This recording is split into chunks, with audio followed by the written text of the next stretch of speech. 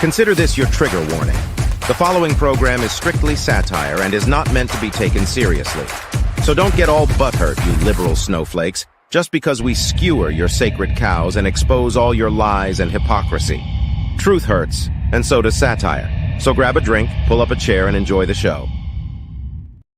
Hey everyone, welcome back. It's Sunday Night Live. It is the zoo, and here we are. I hope you had a restful weekend, a relaxing weekend, a weekend to recover from last week, because we're all gonna need it because of what's coming this week. Okay, where do we want to start today, folks? It's Sunday Night Live. It's the zoo. It is your show. We're here on YouTube, X, thepreparedmind.club, our own website, subscribestar.com. I think we get shipped over to BitChute, Rumble, and Facebook. Who knows where else? Anyways, here we are. Welcome back to the show. It's your show. If you got something to say, I want to put it on the screen. Remember, this show is not about just me and what's important to me. It's about what's important to you guys and what you think is important for America and the whole world to consider. And this particular show, Sunday Night Live, does go international. It goes up to Canada, down to Mexico, over to Australia.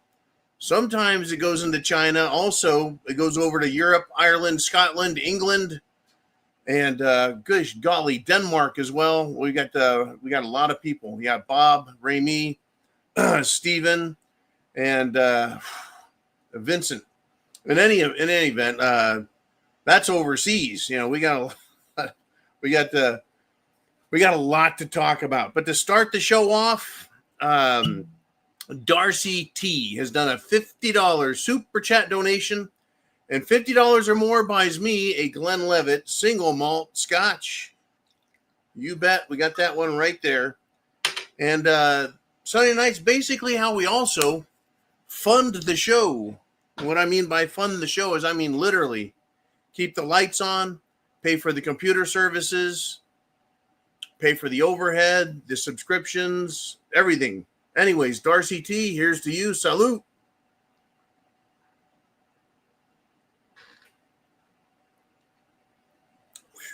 And that's how we start the show off. All right.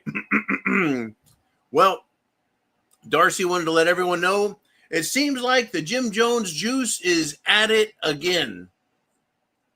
Now, 2 football players, ages 15 and 16 years old, 2, not 1, but 2, died suddenly, supposedly because of the heat. Now, these are 16 and 15-year-old kids. On Friday, I was out in the 90-degree plus heat at age 55, right? Working my ass off. I did not die. I did not have a heart attack. I didn't keel over. Why are children keeling over? You know, it's really rather amazing. That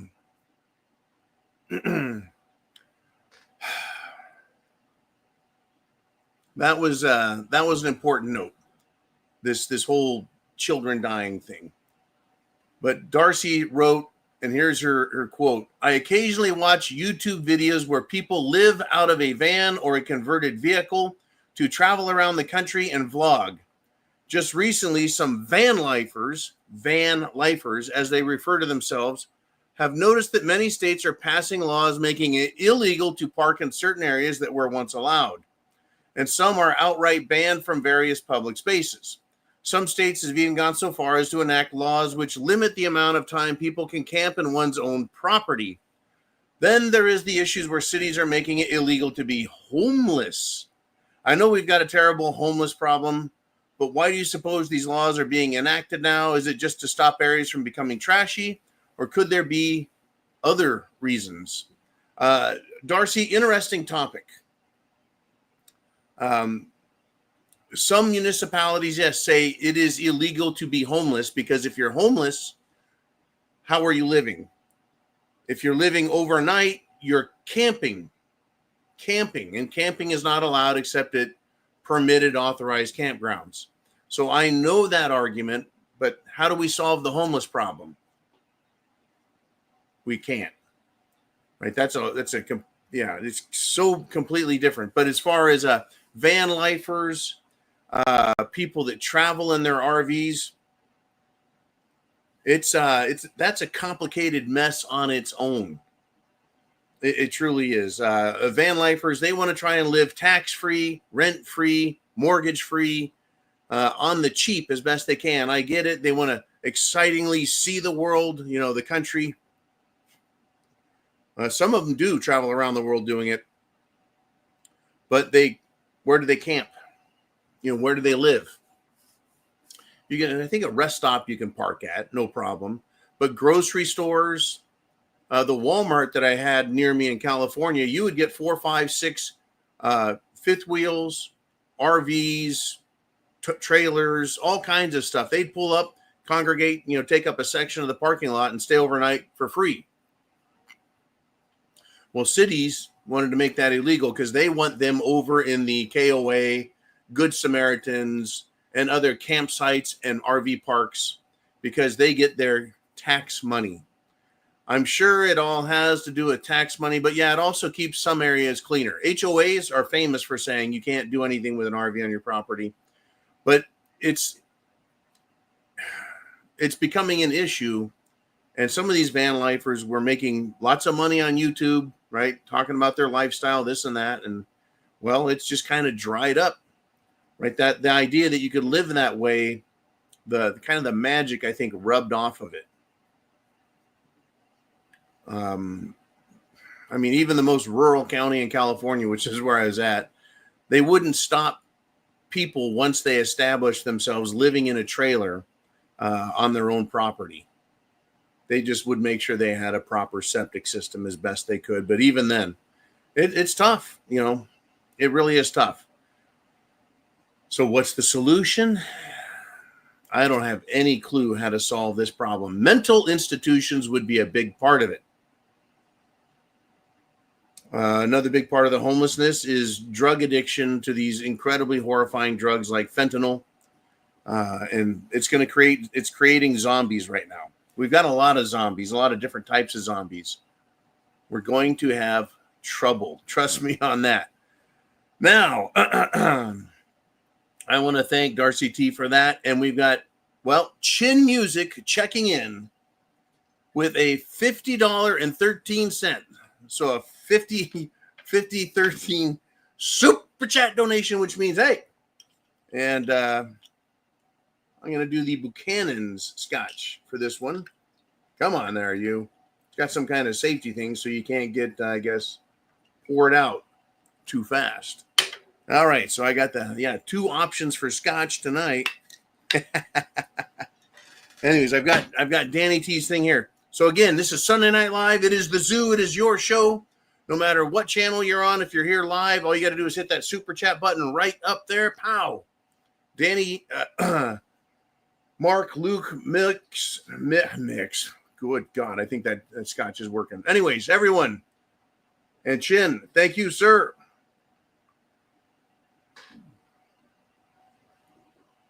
Woo! Thank you for the great support. And Chin wants to talk about race problems. And this has been a subject that's come up lately. It's divided on political lines. Those who, and when I say politics, I mean those who love freedom and those who love big government. It's divided on socioeconomic lines as well.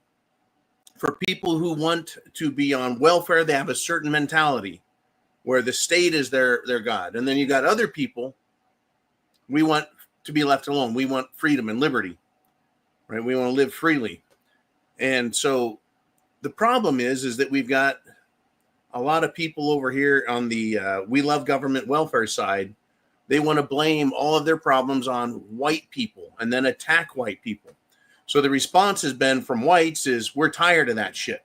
The response has been from Asians is we're tired of that.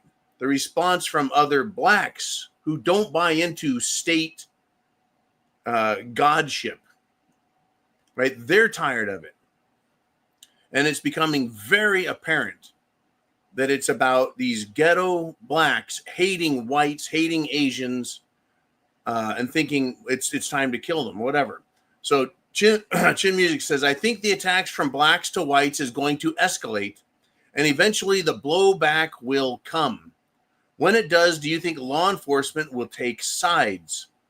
I have conversations every day with people of different backgrounds, especially Hispanic and Asian people, and we are all tired of one group. And you know who it is. It's the ghetto, status-loving, welfare blacks that he's talking about. I know that. He says, and how dare we talk about it and single out one group when only 85% of them are the problem? Black fatigue is real, even for a lot of black people, says Chin Music. And you can go on Instagram, you can go on TikTok, you can go on Twitter, you can go on Facebook, you can go anywhere in social media, and you will find conservative blacks who have had enough of this shit, using race as an excuse and using the state as a protectionist daddy to provide the money. The fatigue has to do with people being attacked physically, violently, like the people that were beaten up and hospitalized and almost killed in Cincinnati. Then you've got the young man, Metcalf, high school football player, asked, I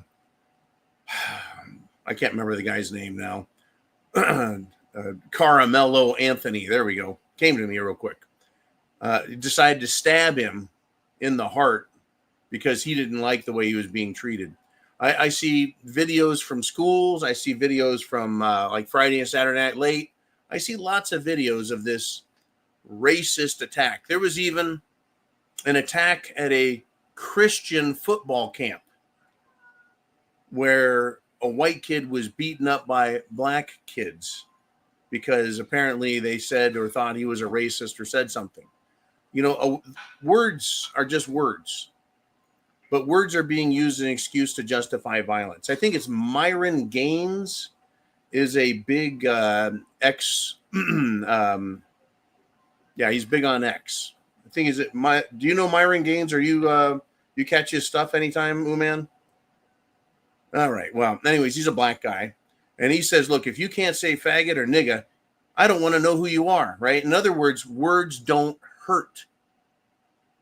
Words can be used as an excuse, calling them fighting words as an excuse to commit an assault. But, there's a lot of people, they've had it with this.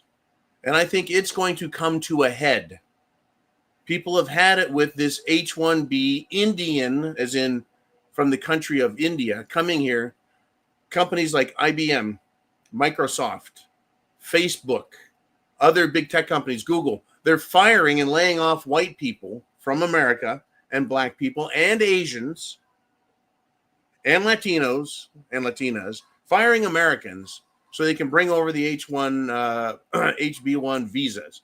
So problem, whites are losing their jobs and they're bringing in more people from other countries who don't share our culture, our common beliefs, our understanding, and they're getting the money and Americans are getting fucked. That's going to come to a limit. The border thing has come to the limit and it's being fought. And finally, ICE is like, we're going to hire young men, and I'm sure women too, give them a signing bonus, and put them to work with immigrations and customs enforcement to get these fucking people out of here. I think we're coming, this fatigue, whether it's Indians, Pakistanis, Palestinians, Antifa, BLM, ghetto blacks, fentanyl drug addicts, we're getting done with it, right? When me and you, us, when we have a hard time living, we have a very hard time forgiving other people for what they're doing that is wrong, negative, criminal, etc. There's so much going on that I think the pressure is coming at all of us from different sides. So I don't know if you guys can do what Chin Music does, who he works with the public, and he talks to people. He's not afraid to talk to people. I've found and discovered that if I frankly talk to people, say, you know what, I got to ask you a question.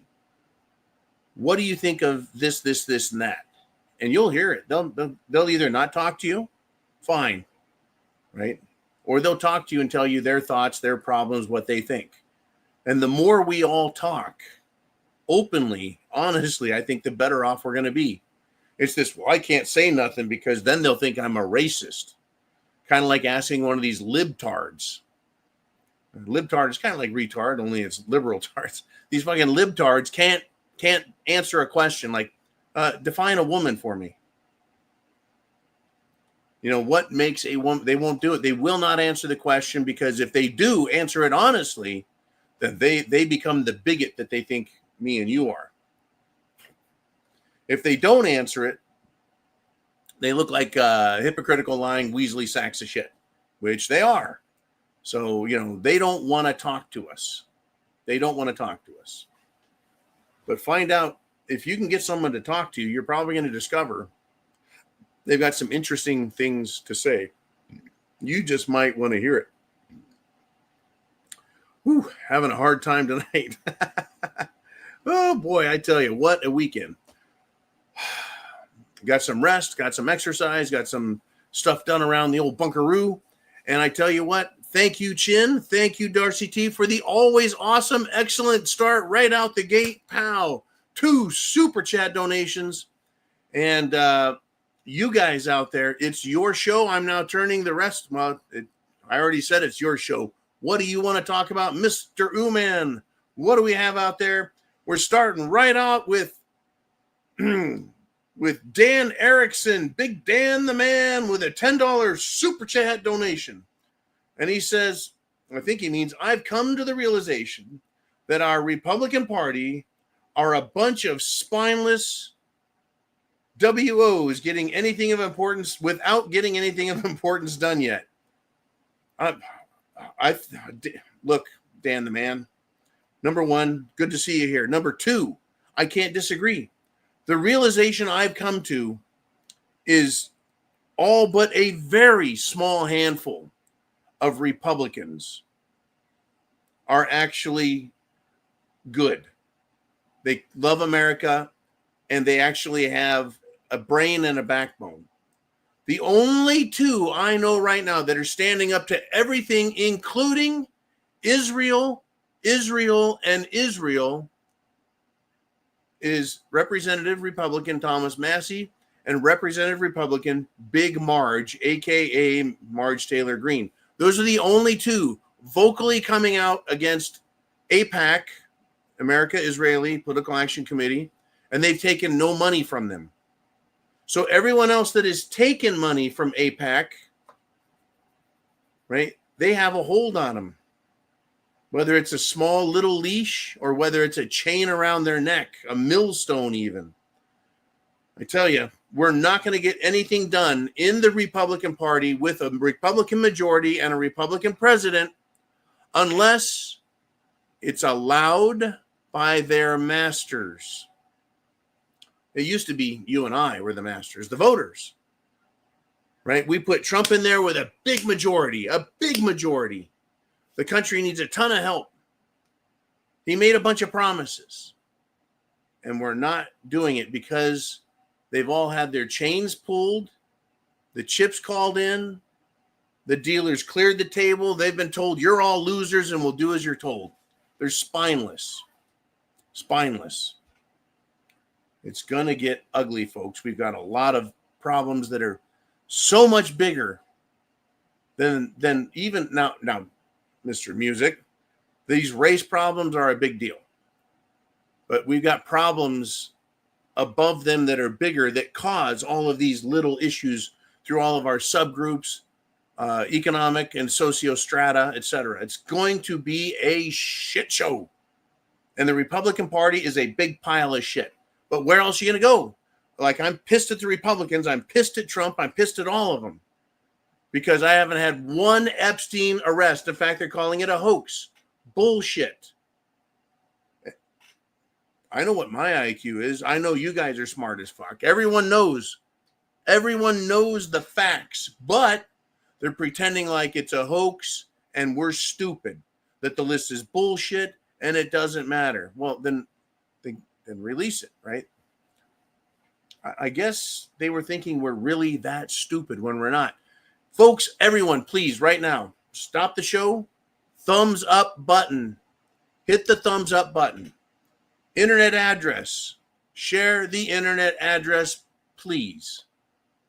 This is the please part. We need help getting the word spread. People need to get prepared. Food, water, shelter, clothing, medicine, means of self-defense, and a plan. Thank you, Big Dan the man. Good to have you here, damn it. Representing from the West Coast way up north. Be careful out there, man. Okay, Mr. Uman, where do we want to go next topic-wise? Holy cow. It is Blue Cord Devil in with a $50 super chat donation. And those first two, I have to tell the truth. Before the show started, I took another shot. So I'm already up to 3, and this is now 4. This show could get wild, I tell you. But yes, thank you again. All the super chats, keep the lights on, pay for computers, servers, internet access, subscriptions, and make this channel work. Otherwise, I'd be working a third fucking job.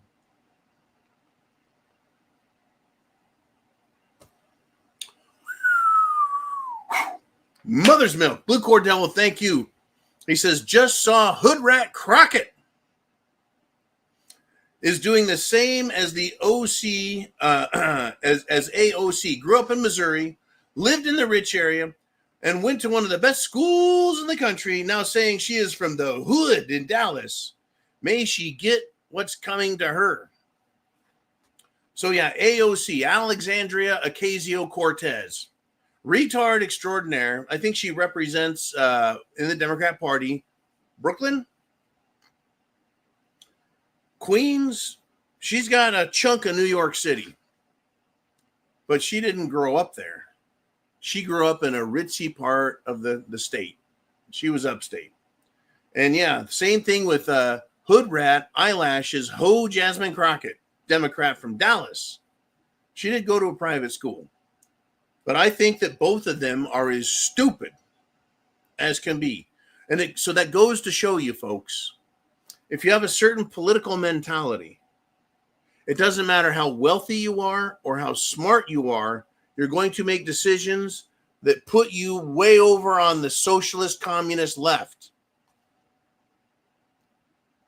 Dissimilarly, you can take poor people. I grew up very poor. Lots of poor people out there, working class poor, who go the other way. They go to the freedom side.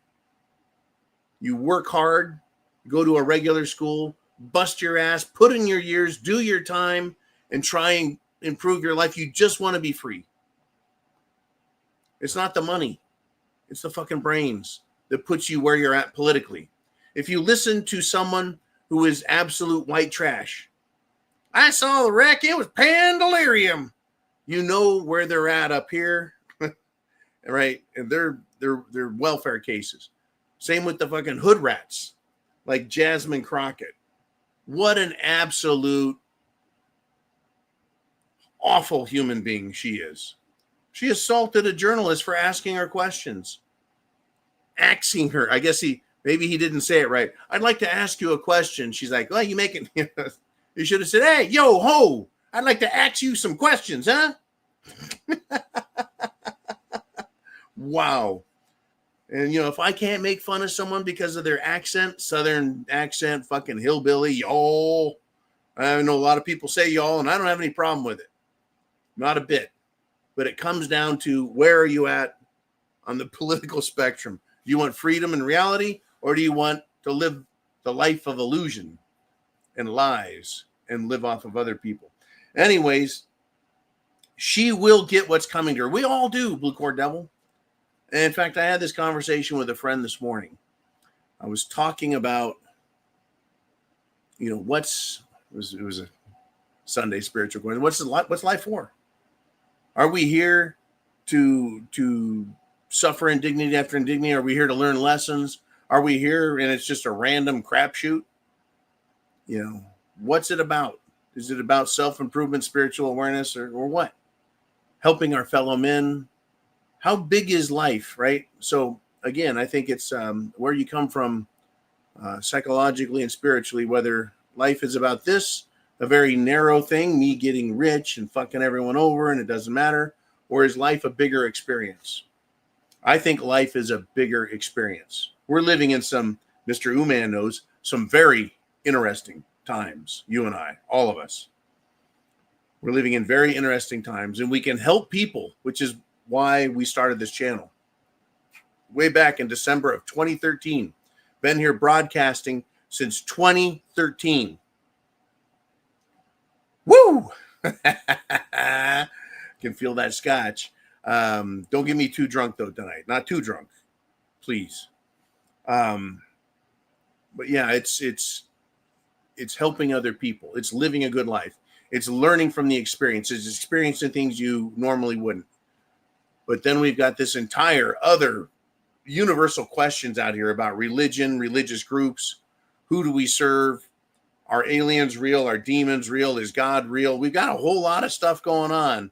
It's going to be what I like to call a shit show. So the best thing to be is prepared with food, water, shelter, clothing, medicine, means of self-defense, and your plan. The big threat, folks, is government. But the biggest threat is those people around you. Be prepared, please. Thank you, Blue Core Devil. Great shot of scotch there. Woo! Mr. Uman, who's next on the Prepared Mind channel? We got Carport Carl checking in. Bam! With a 762. Hey, how you doing, Carl? Man, he's been with the show a long time. He says, John, how much do you think Operation Paperclip Nazi descendants are still influencing our political system? All right, Carport Carl, you're going to get more than a $7.62 answer. Operation Paperclip was a government operation that recruited Nazis from Nazi Germany. They could be SS or other military officers, even Gestapo. SS, doesn't matter.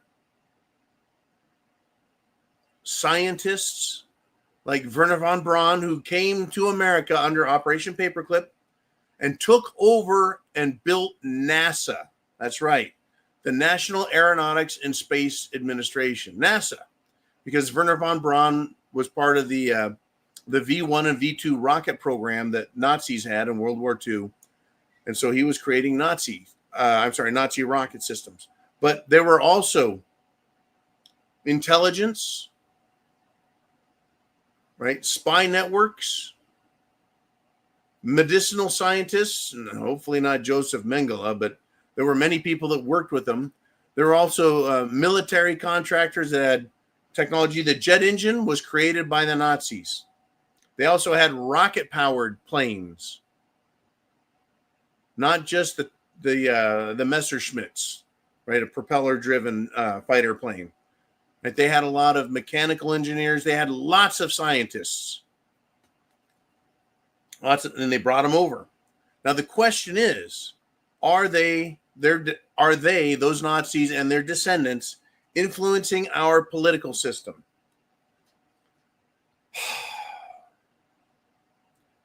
A lot of paperclip people went into the CIA and FBI because they were intelligence services, they were secret police, and they had dirt on people so they could control them.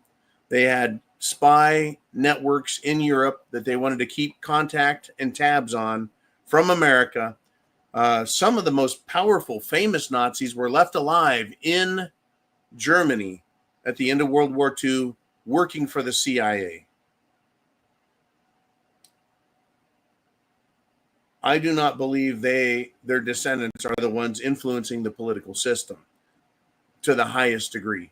Some of them may still be in there. I believe some of them are in the FBI and CIA, whether they're mid, upper, or lower level bureaucrats, I don't know. What I do know is they're there. But the greater influence, there's some serious influence inside our political system. It's known as the deep state. The deep state is not a joke. The deep state is not a lie. It's not a fraud. It's not a hoax, and it's not bullshit. In fact, I've got a Democrat congressman who wanted to talk about the deep state And he did so on the record from the congressional floor. And here is the excerpt I like to use on the channel. They want to eliminate what they call the deep state. The deep state is a cadre of professionals dedicated to honoring the Constitution, the laws of this country, and carrying out the policies of the Congress and the President. The deep state. So who is influencing our government right now? I'll tell you who it is. It is MI6 in England, their CIA. It is Mossad and Israel influencing the CIA.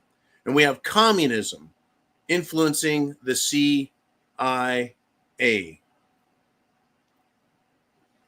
If you want to delve into this topic more or other tangential topics, feel free to hit the super chat button and we'll get on it.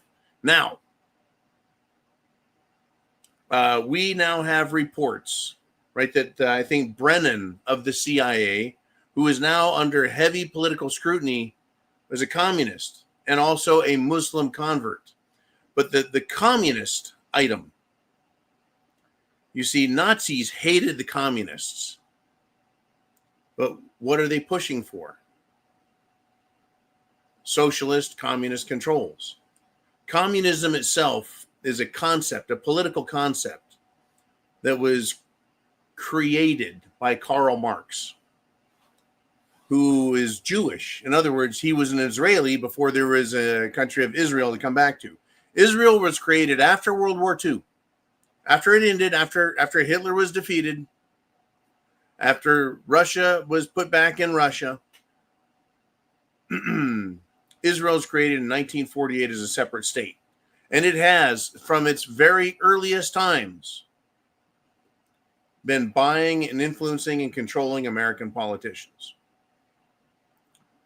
The Soviet communists in Russia were started as the Bolsheviks, and they believed in the Karl Marx Jewish communist ideals and principles. And so it is a giant battle that, in other words, Carl, the descendants of everyone are still here and they're still fighting for control. It's just, are we going to have more of a Nazi control? Or are we going to have more of a communist style control from the government? That seems to be it. Both communism and Nazism are both socialism. They're different types of socialism. One allows, Nazi government allows private businesses to maintain control and ownership and a profit. Whereas in strict communist socialism, the government owns all means of production, resources, management, etc. But they're both anti-freedom. They both go way over to the left side, right? And then way on the other side, we've got freedom and liberty. Anyways, Carl, the Nazi descendants are here. They're working, and they just fight the communists in government. And then whoever comes out in charge wants to own all of us and the property. Interesting, huh? It is, like I said, we live in very interesting times, very confusing times, right? What would you rather have? Let me ask this question. Would you rather have a world where the government can kick down your door anytime they want, tell you what to do? You don't get to make any money. You can only get the food that you're allowed to have, that they allow you to have. You can only travel where you want, that they allow you to travel. And you wait in line for bread, meat, vegetables, and that's communism. Or do you live in a country where the banks and the corporations tell the government what to do, and the government deals with the banks and the corporations to make them ultra rich, and they control the government, and the government obeys them, and they control the government, but the people all do exactly what the government and the corporations say. That is fascism. It's a form of socialism where the people have no right. But at least they have some prosperity, right? Because businesses want to make money, so they need to pay good workers, etc. Whereas communism starves their frickin' workers. It's not a pretty choice. Not a choice I want to make. I'll take freedom for 500, Alex. Anyways, thank you, Carport Carl. What do you guys want to talk about out there? What else is on your mind? It is Sunday Night Live. We're heading down the road to SHTF, folks. Will we get freedom?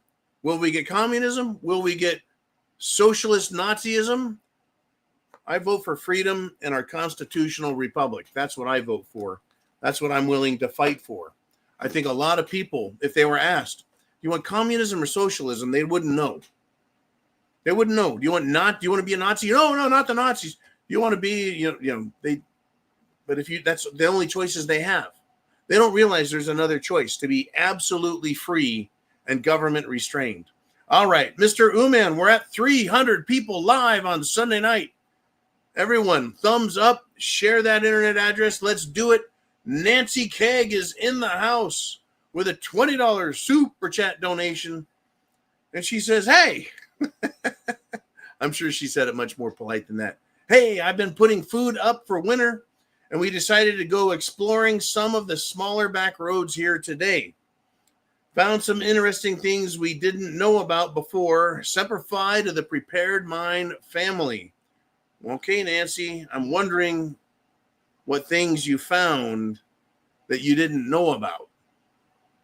I know Nancy's much further up north than I am here down in Florida, but it's probably interesting to do exploring in your area, especially if you're not in shall we say, a urban environment. If you're out in the country, head out, hit the back roads, find out what's out there. You may find cabins, you may find lakes, rivers, ponds, streams, springs. All these things are resources, folks, resources. You may find groups of people, but also understand that if you're out there on the back roads, other people have been there too. Maybe last week, last month, last year, but they're aware. Because I remember in extreme Northern California talking to people saying, if things get really nasty and you know they could, what would you do? And they're like, well, I would go up to this place. I would go up to that valley. I would go up to that lake. And I go, don't you think everyone else would have that same idea? And so then they're like, yeah. And I talk to other people. They're like, well, as soon as things go bad, I'm going to chop the road up with my backhoe so people from the big cities can't get into the country. Right. So there's a whole lot of stuff. But at the very least, I think Nancy did the right thing to do some exploring, check out that area, see what the heck is there, and you will find some interesting things. No doubt. Thank you, Nancy, very much. Folks, it is Sunday Night Live. We're going to be here till 8 o'clock Eastern Standard Time, or if we got super chats piled up everywhere, we'll just keep going. We'll keep going until everyone gets answered. But I would like to hit 400 people live. Right now, we're sitting right at the 300 mark. I'd like it to go up. You guys are the only ones that can do that by hitting the share button. Now, some things that got under my skin. This was really crazy. Super chat button over here, but this one is my topic. The Mexican president. That's right. The president of Mexico is lashing out at reports that United States military is going to take military action against Mexican drug cartels. But there's something very special about the president of Mexico. It has nothing to do with the president being a she. It has something to do with the president's name being Sheinbaum. She's not really a Mexican president. She's an Israeli Mexican president. I am not going to cut England or France or Ukraine or Israel or China or North Korea or anyone any fucking slack. You have to forgive me. I am not against people of Jewish descent, Semites. I am against people who want to kill all of us, however. Now, Sheinbaum, the Mexican president, says, quote, there will be no invasion. Absolutely off the table. Well, I hate to break the news that it's really not up to her. Mexico, Israel has made a deal with the drug cartels. She's getting paid off and bribed by them. This is my opinion, but it's based on a lot of information. Look, folks, the last time they had an election in Mexico, dozens of political candidates were murdered, assassinated. So the people that are in office, they understand you will work with the cartels, Sinaloa cartel and others, or you're going to meet a terrible end.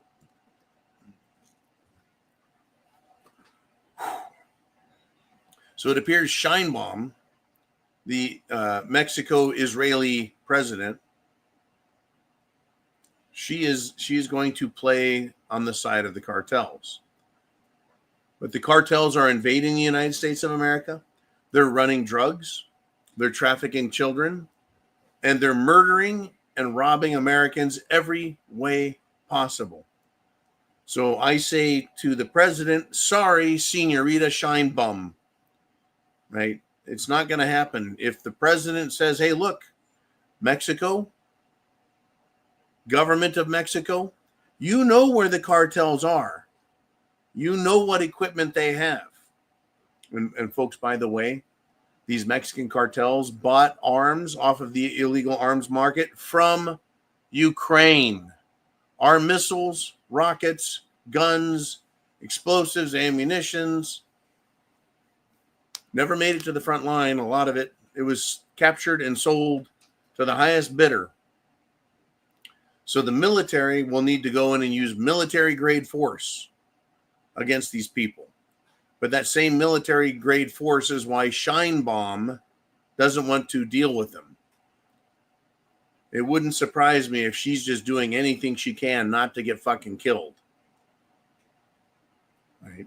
And it's probable that she would like America to go in there and stomp all over the Mexican drug cartels. But she can't say that publicly. But just the fact that her name is Sheinbaum and she's a Mexican, it doesn't sit well with me at all. It just doesn't. I tell you what, folks, it just doesn't. All right. Let's get back to what you guys want to talk about now. Mr. Uman, where are we going? We got at fhome2c, who writes, when exposing a crime is treated the same as committing a crime, you are being ruled by a criminal cartel, corporate enterprise establishment. Well, this particular statement from fhome2c sounds just like the Tina Peters story. In the state of Colorado, an election worker named Tina Peters caught cheaters. Yep, Peters caught the cheaters. She turned them in, and instead of there being an investigation for election fraud and other criminal offenses, she was thrown in jail and is still in jail since the 2020 election, shortly thereafter. For what? Right? Because she exposed a crime. She exposed a crime. Pretty nasty, don't you think? Whistleblowers are now either being assassinated or they're thrown in jail. I think every January 6th protester was someone who was exposing the crime. They were there to talk about the crime, expose the crime, protest the crime that was going on inside of Congress. And a greater crime was committed, or I should say another great crime was committed when they were attacked, several killed, had their rights violated. They were entrapped and then they were imprisoned, all for exercising their First Amendment right. Unbelievable stuff. All right, I've got a good one. I can't not talk about this. Thank you, fhome2c. Get your questions lined up, get your thoughts lined up, get it all set. Hit that super chat button. I will get back to you in just a moment. But right now, there was a video that's been released over the weekend, and it shows an incredibly nasty confrontation between an Arlington, Texas mayor and a conservative Christian. And this was in New Orleans.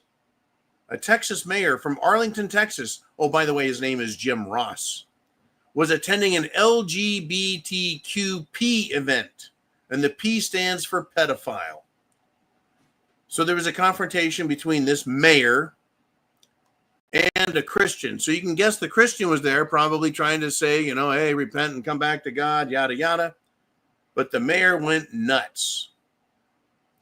The video that was taken shows the mayor of Arlington, Texas, Mayor Jim Ross, throwing vulgarities at a Christian activist in Louisiana, right? And the Dallas Express is the one who did the report on this.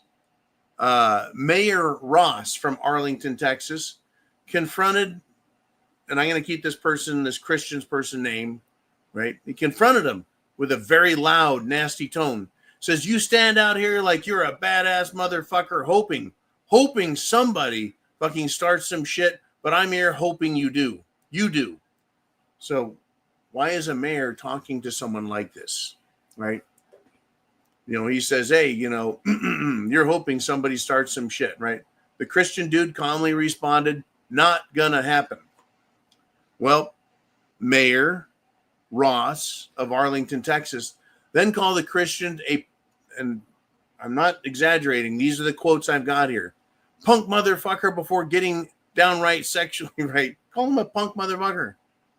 But then he continued to get even nastier. He said, you don't think anal sex is good to do you?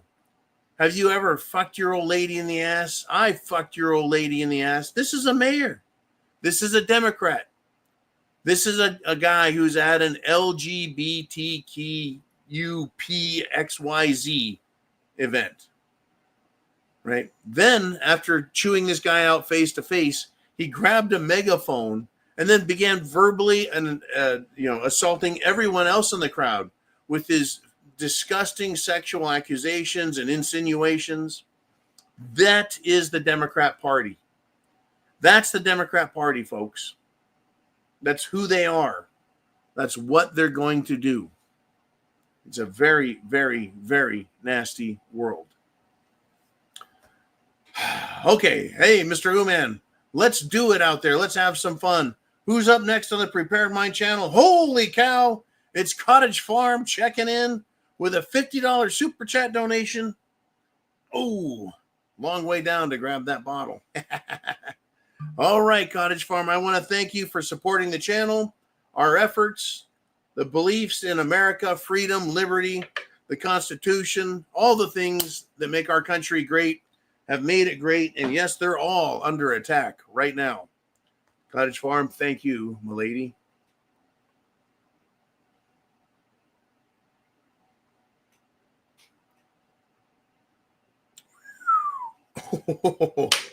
That is just good. So she says, sometimes it's fun to talk about silly stuff. But she says, I got an official survey boundary set. So unfortunately, the neighbor's driveway was built 50% on my property. Yikes. Fuck. Is there more to this, man, or is that what Cottage Farm put there? Okay. I've seen this happen. I've bought property. I've developed property where it turns out that the property lines are all wrong. So you have an official survey come out. They'll find what's known as a medallion or a stake marker that's staked out, right? A landmark. And they'll go from there and find the property lines. You'll discover in a lot of cases that fences are not built where fences are supposed to be built, that driveways are on your property when that person's driveway should be on the other.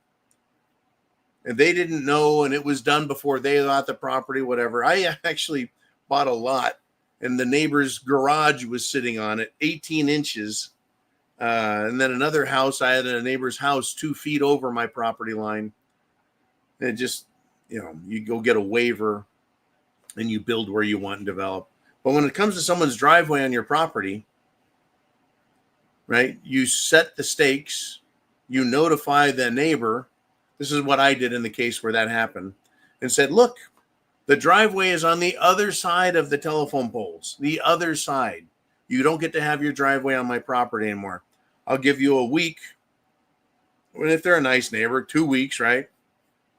Call a tractor guy, bring in some gravel, move your road over. If you got a bunch of gravel on the property, take it over, put it on your property. It's your gravel, because I'm going to build a fence, right?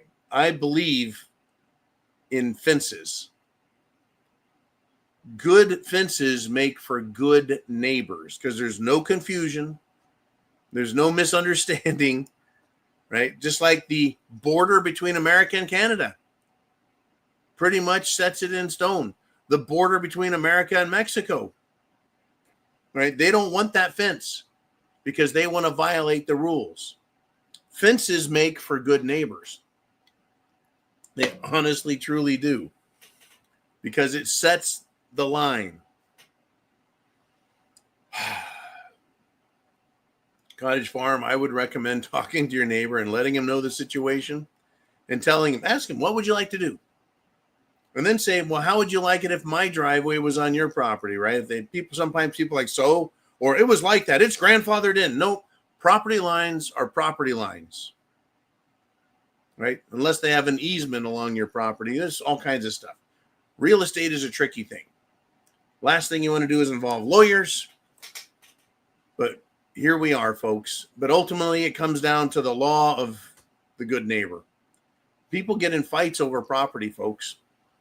In Amador County, California, I believe there was a boundary dispute between two ranchers who were basically related, separated by a couple of generations, but guys in their 80s got in a gunfight, duked it out with guns and killed each other or tried killing each other. One of them fucking died. In any event, yeah, property's a crazy thing. It's just like our rights. Property is not negotiable. You don't get to say, well, it's your property, but, this is how we're going to do things. No, it's my property. Get the fuck off of it. It's my property. I'm going to dispose of it the way I want. So, same with my rights. You don't get to try and stomp my rights and then tell me what to do. Oh, well, the government says the Second Amendment says this or that. And I say, no, the Second Amendment says shall not be infringed. The First Amendment says, right, I have the right to a redress for grievances. In other words, to piss and moan and protest. There's a lot of rights there, but they're being violated. Rights should not be debatable. But this is the world we live in now. We have people coming to this country from other countries who aren't Anglican countries, aren't common law based, have no understanding of rights, and only understand that might makes right, and that if they can take, steal, or intimidate you, that you belong to them. Right? We're all going to have to stand up for America and our country and our rights and our property, right? And that's really what they fought the revolution over, right? The right to life, liberty, and what they wrote down on paper was pursuit of happiness. They took out property rights and put in pursuit of happiness, but it's all part of it. It truly is. Cottage Farm, I hope you you don't have to do too much to get your neighbor to respect your property, but it's going to happen, folks, right? It's going to happen. There's going to be problems with people and what they believe, especially when times become more uncomfortable. More uncomfortable. Anyways, be careful. I'm pretty sure you're still out in the far west as well. What a freaking weekend. Literally. Mr. Uman, what do we want to do next? Who's next on the Prepared Mind channel? And it's Big Dan the Man back again with another $10 super chat donation. And he says, hey, these forever wars in the Middle East need to end, and the Ukraine-Russia BS needs to end. Wars have almost bankrupted what's left of our country, and it's bankrupting a lot of other countries as well. So, the forever wars in the Middle East, they need to end. Look, I I've told you guys in the past, I hate terrorists, and the only good terrorist is a dead terrorist. And the more they are shall we say, unreasonably attacked, these cultures will create more terrorists to fight, and that's Israel. Israel is hated by everyone in the Middle East. And Israel hates everyone in the Middle East and has no respect for them. I don't think the United States should be involved anymore. Unless a country like the Somalis, with the Houthis, if they want to attack shipping, well, that's when the Navy should go in there and give them the tomahawk chop and other, shall we say, attacks to take them out and punish them, right? These pirates, these Middle Eastern scumbags, these fucking terrorists, I'm done with them. We don't need to be in forever wars with them. I really think that perhaps at this point, if they won't listen to bombs, rockets, and missiles, maybe they'll listen to a nuclear explosion. The president can pick up the phone and say, Xi, we got Xi on the line. Someone patch in Putin. Very good. Very good. Patch in whoever the fuck is available and alive in the European Union. Okay, great. Here's the score. The Houthis are taking out ships, commercial ships. That's the one of the busiest shipping lanes in the world. We're not going to tolerate it anymore. We are now going to light them up, and we're going to use a 10 kiloton bomb. So everyone knows it's coming, knows what to expect. No one should be surprised. We're just done playing games with these fucking terrorists. Bam. I think that would fix the rest of them. They'd be like, hey, not good, right? Now, with respect to Ukraine and Russia, apparently the envoy that Trump sent over to speak with Putin gave Putin an offer that the Russians said was damn good. Now, this week, Putin is supposed to fly to Alaska, and Trump is supposed to fly to Alaska, and they're going to meet. And no, Voldemort Zelensky from Ukraine is not invited. He tried inviting himself, but he's not. They said, you'll be disruptive to the terms. So what are these terms? What is this thing? Well, it really looks like and sounds like, and the conventional wisdom, not insider information, but conventional wisdom says the territories that Russia is holding, it will now keep as part of the bargain. As in other words, the suing for peace. They will maintain control of Donbass and all the other territory, as well as the Crimean Peninsula. That will now be part of the Russian Federation. And in return for that, they will stop being attacked and they will stop attacking. So they're going to try and make this peace. I think that's fantastic because it is a bullshit war. And all it has served to do is allow American politicians, Democrats and Republicans and bureaucrats to send money over there, your money, my money, American money, send money over there to launder it, to say, oh, that's war support. And Zelensky puts it in a bank, and then he sends money back to these politicians through various political action committees. It would not surprise me if Israel doesn't have its hand in there also, even though I don't have any direct evidence of that being true, but it would not surprise me in the least. I'm not an Israel fan, folks. Right? I've known people from around the planet, every color, race, creed, religion, but these people continue to say and tell us directly through video and everything else that they hate us and they want to destroy us. The same as the Muslims. They say that they hate us and want to destroy us.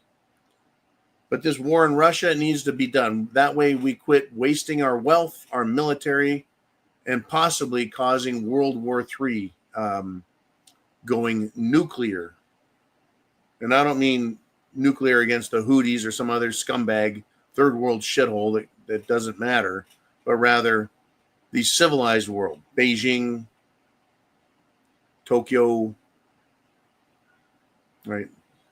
London, Rome, Berlin, Paris.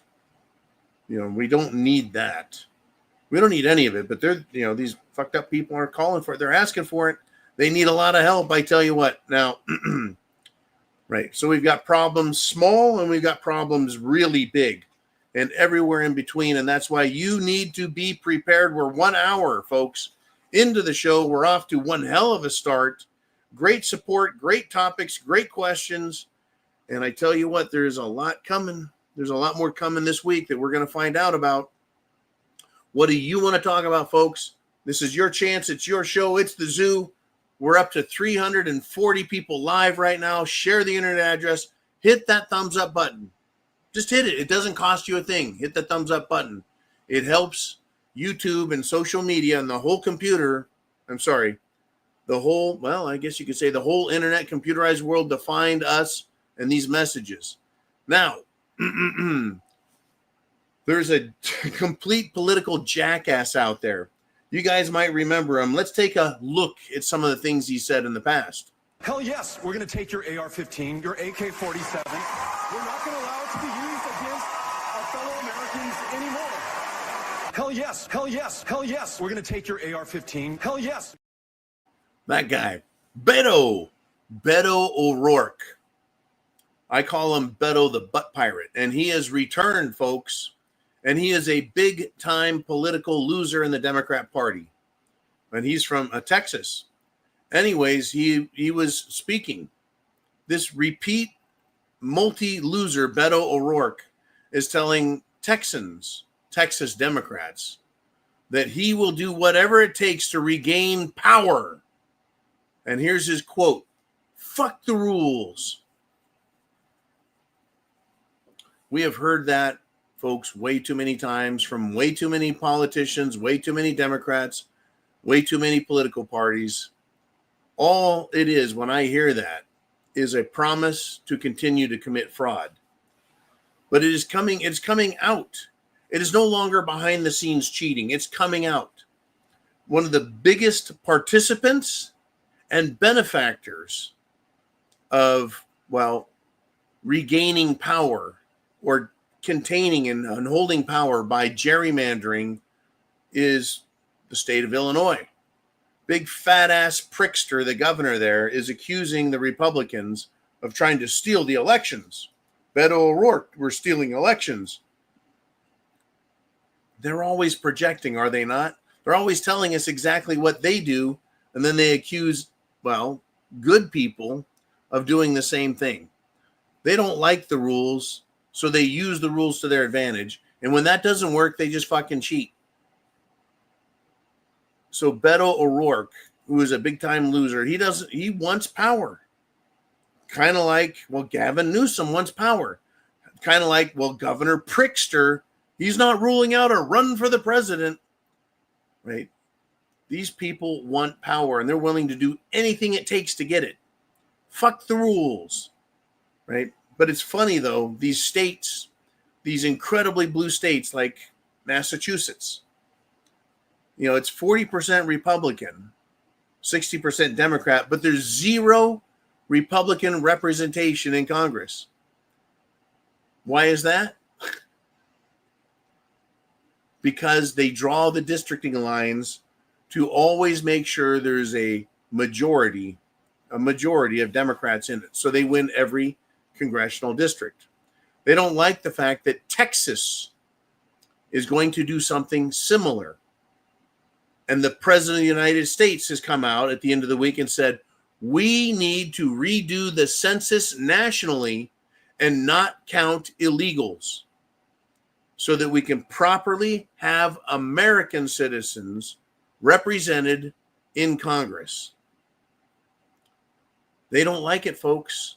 So they say they're going to do whatever it takes. Fuck the rules.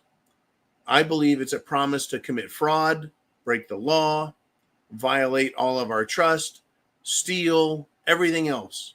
What do you guys think? Do you think that that's going to get better? Do you think it's going to get worse? Do you think Trump is actually going to do anything? Right? Do you think that?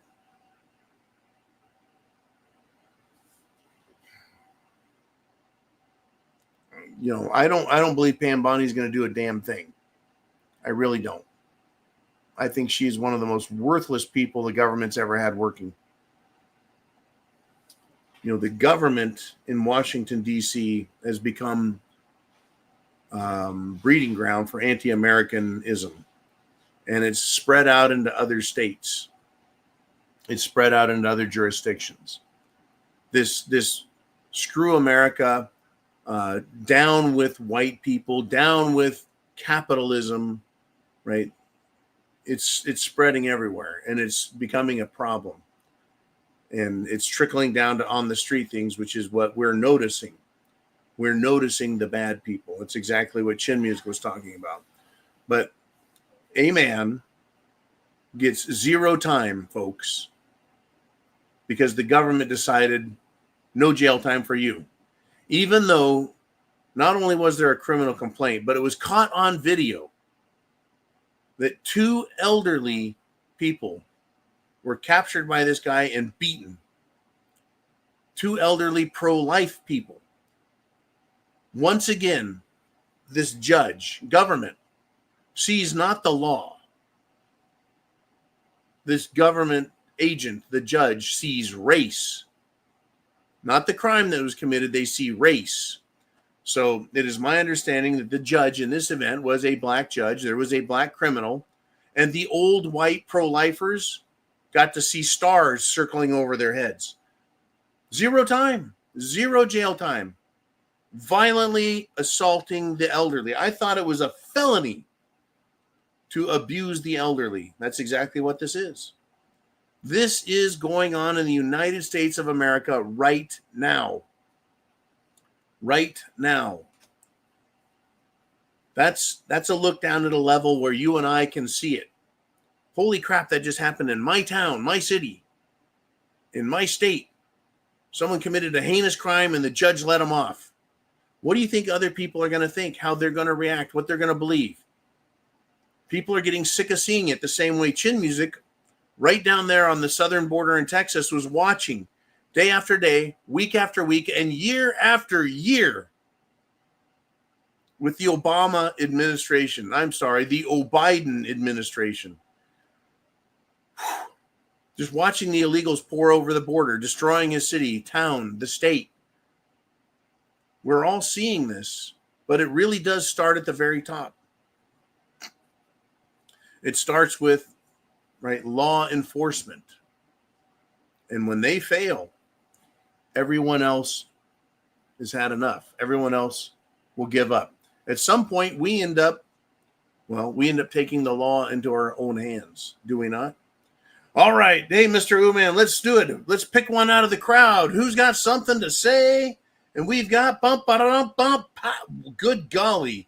Big Dan the Man is back yet again with another super chat, this time a $50. And I'm really doing good, loving it. Great support. Thank you, Dan the Man. Glenn Levitt, 15-year right here.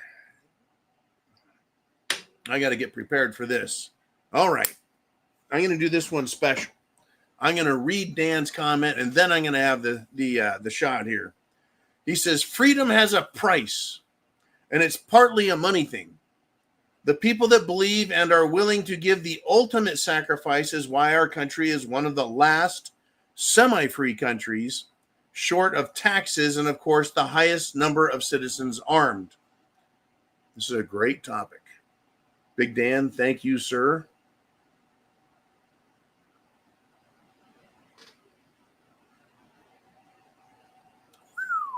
Oh, that felt extra smooth. Now, freedom has a price. Everything has a price. But that which is most valuable will always have the highest price. For example, everyone can have a car that drives down the road, has doors and windows, radio, air conditioner, steering wheel, brake, gas, right? But if you want to drive a Bentley or a Jaguar, costs a lot of money, right? Everything has a price, but the best stuff costs the most. So, right? He says, the people that believe are willing to give the ultimate sacrifices why our country is one of the last semi-free countries. So people can live at varying levels of prosperity and varying levels of freedom. In a communist country, you give all of your money to the state and you get this much freedom. In a fascist socialist country, you have this much freedom and a little more money, and the government controls everything. In the United States of America, we fought the English and defeated them by paying the highest price to get the most freedom a human being can have. And that requires the ultimate sacrifice. Not money, not time. The ultimate sacrifice is being willing to die for that which you believe is priceless. So the other day, Big Balls, right? Harry, Big Balls man, right? Working for Doge, took on somewhere between 8 and 12 people who were harassing his girlfriend, and he got the ever-loving shit beat out of him. His face smashed, bloodied up. But to protect freedom, someone's rights, he was willing to make that sacrifice. He took that risk. You know, does everyone have that in them? No, but a lot of people do. A lot of people do. A lot of people are willing to give the ultimate sacrifice. And that highest price, that ultimate sacrifice, is where we get the biggest reward. Now, what's keeping America semi-free, because I'm going to agree with that concept that Dan put in there. He's correct. We are semi-free. We are not as free as we once were. We pay an incredible amount of taxes. There's an incredible amount of regulation and bullshit from feds, states, counties, cities, and yes, even HOAs getting in our face and fucking with our freedoms, our liberties, our rights to use our property, to travel, to enjoy ourselves, to keep our own money, which we earn. But the only thing that's stopping our government from becoming, as bad as Ukraine or China or England. All of Europe is hugely, they're fucked. The only thing that's stopping is that we have the guns, right? The highest number of citizens armed. American people have somewhere between 500 million and 750 million guns. And the estimate is that we as a free people possess over 1 trillion rounds of ammunition. I believe it. I absolutely believe that. Now, they like to say guns are a problem. They like to say right-wingers are a problem. They like to say that right-wing gun owners are the problem in America. No, we're not. Racial hatred, bigotry, and violence that's being committed in inner cities, in schools, on buses, in classrooms, on the street, at work, on the subways, that is the problem. The crime in Washington, D.C., and every state capital, where politicians, bureaucrats steal money, hide money, and spend other people's money for their own benefit. That's the crime. That's the problem. If you and I, as American gun owners, were the problem with all of our guns and ammunition, there would be no doubt at all that we have, we've entered the scene of making problems. We really do. What's going on out there? It's not really a big deal. Let me bring this one up, right? There was that shooter who attacked the CDC headquarters. That's right. CDC headquarters down in Atlanta, Georgia. They've identified this shooter guy, right? He attacked and wanted to attack and go get the people at the CDC headquarters. And folks, a police officer was killed. The shooter has been killed, right? Allegedly, this guy that did the shooting, he was there to go after everyone at the CDC because he blames the cerveza bug Jim Jones juice for his health issues, how he became sick. That's why I used Dr. Fauci and his Jim Jones juice as the thumbnail for this video. Right? I wanted that out there. Wanted you to see that because, once again, they tried making it the shot, right? That you could not resist. You couldn't, you can't deny it. You can't refuse taking it. It's so good, right? Well, people have been killed. I know people that have been killed and injured, had their lives ruined. Everyone else, I think, really has as well. But if we all decided to cause some trouble with the amount of guns and ammo we have, it wouldn't just be one ding-dong out there getting in a gunfight and getting killed. Right? There'd be a whole lot more. So our Second Amendment, extremely important, and people willing to make the ultimate sacrifice. This poor guy, by the way, I don't know if he killed himself. In fact, the police wouldn't say. The authorities wouldn't say if he killed himself or if he was shot by the police. How could they not know, right? The story's kind of smelly. The story, the players, all this is kind of weird.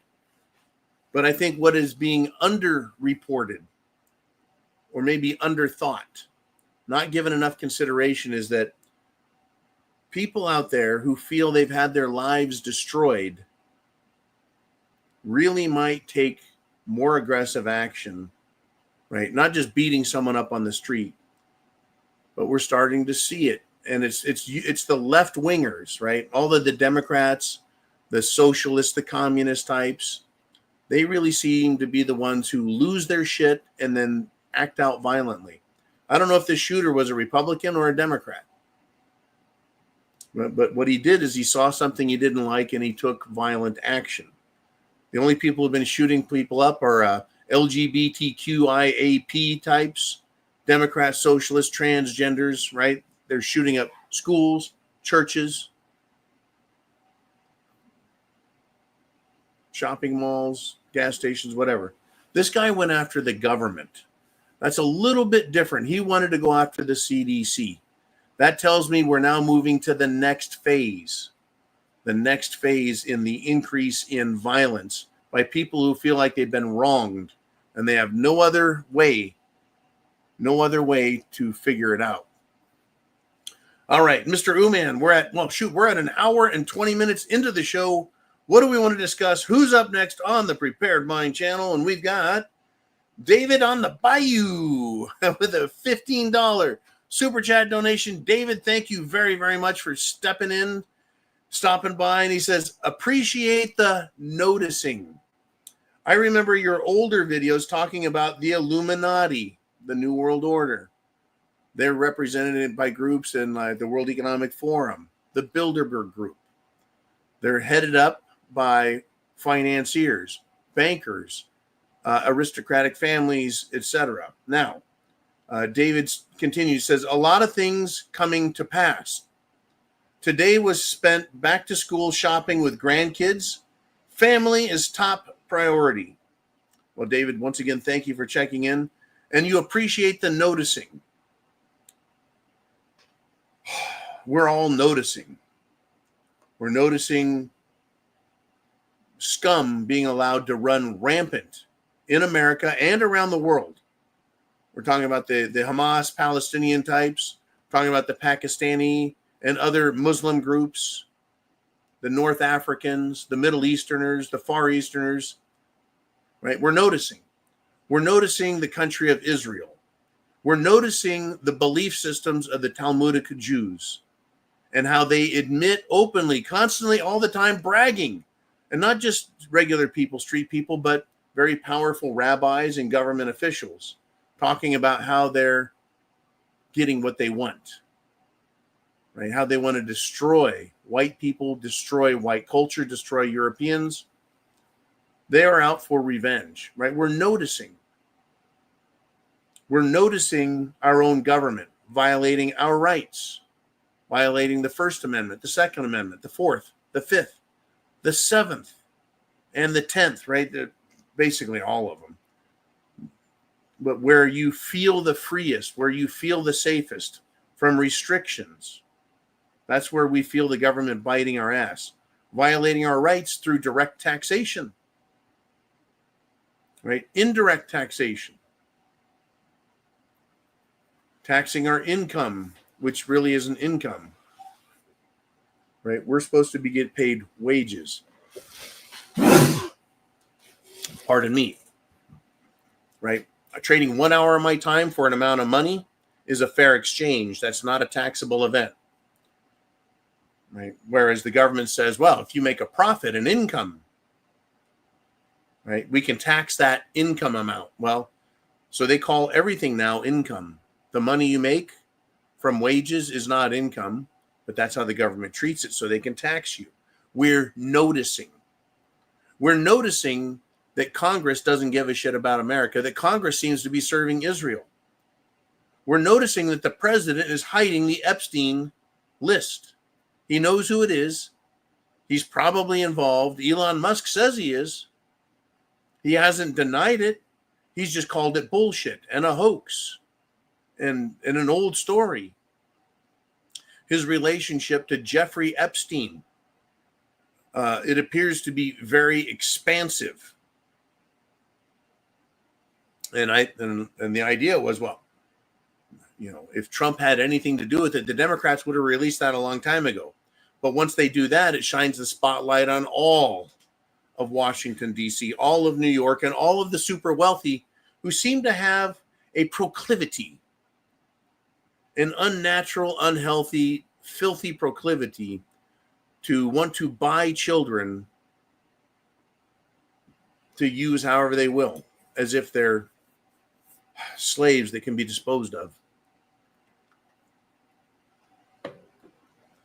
But I'm going to end this on this, David. Family is top priority. Right? Your family, friends, co-workers, neighbors, right? That's who we need to understand is around us and we need to protect. Things are going to get nasty, I think. We'll find out. I know that the powers that be, these bad guys, and we feel them, right? We feel their taxes. We feel the matrix. They want to have the smoothest transition as possible, right? They want to turn that water up, yes, to boiling and cook us, but not too fast because we might noticing. Well, we're noticing now, right? We're noticing now. I tell you, the noticing isn't going to quit anytime soon either, folks. And it shouldn't, right? We are waking up, and that's scaring them. When the United States government starts working with another country and their lobbying group and the Anti-Defamation League to create legislation to try and silence our speech and stop us from noticing what they're doing and what they're saying, because they can't help themselves. They're such a bunch of arrogant fucks that they think they're going to tell us how they're going to destroy our country and bring in every worthless nationality and race from around the world, these idiots, to destroy us. I take them at their word. Once again, in our area, we keep a very close eye on everything. We, meaning the people that live here, and there's a shit pile of veterans. And they don't stand a chance, not in my area. Other parts of the country, I bet they'll take over. In fact, I think it's the Palestinians or the Pakistanis. I think it's the Pakistanis are taking over New York City. They took over, I think, Times Square. They're blocking traffic by, once again, right? They're now going to go out in the streets and pray to Mecca, pray to their black cube, and block traffic and stop everyone and violate everyone's rights. Now, I don't really give a shit if people get upset because I'm talking about these ridiculous Muslims and these ridiculous Israelis and these ridiculous English, and no one gets a break. Do something right, we'll praise. Do something wrong, we'll criticize. In all cases, all I care about is the freedom and liberty of the people. If we can't have that, everything else is done. It doesn't matter. It just doesn't matter. I mean, in England, folks, the guy who got England out of the European Union with the Brexit, Nigel Farage, well, he is now warning of a national emergency because these illegal, military-aged Muslim invaders are showing up by the thousands still on Britain's shores, and they get off the boat and start shouting, "Aloha snack bar." And someone filmed. There are docks full of these rubber rafts with outboard motors, and they collect them all, and then they take them back over to France for more illegals to come across. So Nigel Farage is saying that this is wrong, right? Replacement theory is real, folks. It's ongoing, it's persistent, and it's not going to stop until we, the people of country. Have you seen Canada lately? Doesn't look like Canada. In fact, where's Boomer at? It doesn't look like Canada. In fact, it's not starting to smell like Canada anymore. They're now bathing in the rivers, in the lakes, in the ponds, literally going out and standing in the water and scrubbing down with soap and just putting a bunch of pollutants and shit in the water. They're ruining the country. Wait till they start throwing. They're already throwing their garbage on the sides of the roads, in the streets, in the rivers. They just throw their shit everywhere. Replacement theory, folks. Get rid of the white people. Get rid of Christianity. Right? We're going to end up having to violently fight for our lives as well as our rights and our property. It's coming. It's coming. England is on the verge of a rebellion and a civil war. Scotland is not far behind, and same with Ireland. Spain is outlawing Muslim religious events and gatherings and festivals. Other countries are having nothing but trouble. How far will this go before we fight for our lives? Literally, folks. New York is lost. They're trying to get a toehold in Florida and a stronger toehold in Texas and other places. These anti-Americans, they're here, folks. The objective, though, is to replace us and elect themselves into office. And then they want to take the Constitution and they want to destroy it. Once they destroy that, they can take your property. Kind of like that asshat in New York City, Mandami, right? The non-American who wants to run the largest American city with no job, no history, no nothing, no experience. He's just going to tell us how to do it because he's a communist. He wants to tax the rich. He wants to take their property from them. That's exactly what the Bolsheviks did in Russia when they got power and control of the government. They went in and told people they could live with the rich people. You can go live right in their fucking house with them. You can eat their food. You can take their money. You can take their property. You can do whatever you want. They're all the same, right? That's what they want to do, is take our country, destroy the Constitution, and then, folks, and then they can dispose of all of us. That's where I see this going. You know, conspiracy theories, you could say that's a conspiracy theory. Or you could look at the evidence and facts, and you might come to that conclusion or maybe a similar one. I don't know, right? I don't know. And speaking of conspiracy theories, I got a message here from Darcy T. If you want to get on the screen here, folks, with your comments and thoughts, super chat button's right up there. Down below in the description is Venmo, CashApp, and PayPal. You know, that way people can contribute to all the things we're talking about. But speaking of conspiracy theory, Darcy T says, I know this is going to sound like a complete conspiracy theory, but have you noticed that people who are injured are far more likely to die than they were before? It's as if they have very little resistance or resilience anymore. She wrote, I've read countless articles recently where people are dying in accidents, bikes, cars, boats, sports, etc., that they should easily walk away from. Am I being too superstitious? Well, right, a British horse rider, Sarah York, 37, died after a fall, right? Well, I've kind of noticed, but the one that got me was over the weekend, a NASCAR driver who's been winning a lot, several races. Right? It's hot, but they have cool suits. It's hard work, but these NASCAR race car drivers are super athletes. This guy wins the race, goes to the winner's circle, unbuckles the net, goes to climb out of the car, gets tangled up, lands on the ground head first, right? But no, he didn't get up. He laid there. He was fucked up. He had to be taken out in an ambulance. I don't even have any idea how he's doing. To me, it's hard to tell if people are weaker. I don't know. But what I do know is people have weaker immune systems. What I do know is that people are passing out. People are blacking out. People are having strokes. People are having heart attacks. People are dying. People are getting cancer. We've got a lot more of that. Ooh, man, should I talk about that? Should I bring that up? The way you just wrote to me? Yeah. Ooh, man says he went to high school with that kid's dad. The kid's name is Connor Zilish. That's the driver, right? Yeah, that was the driver who tried getting out of the car. Ooh, man went to school with his old man. Getting out of the car, trips. I mean, it was ridiculous.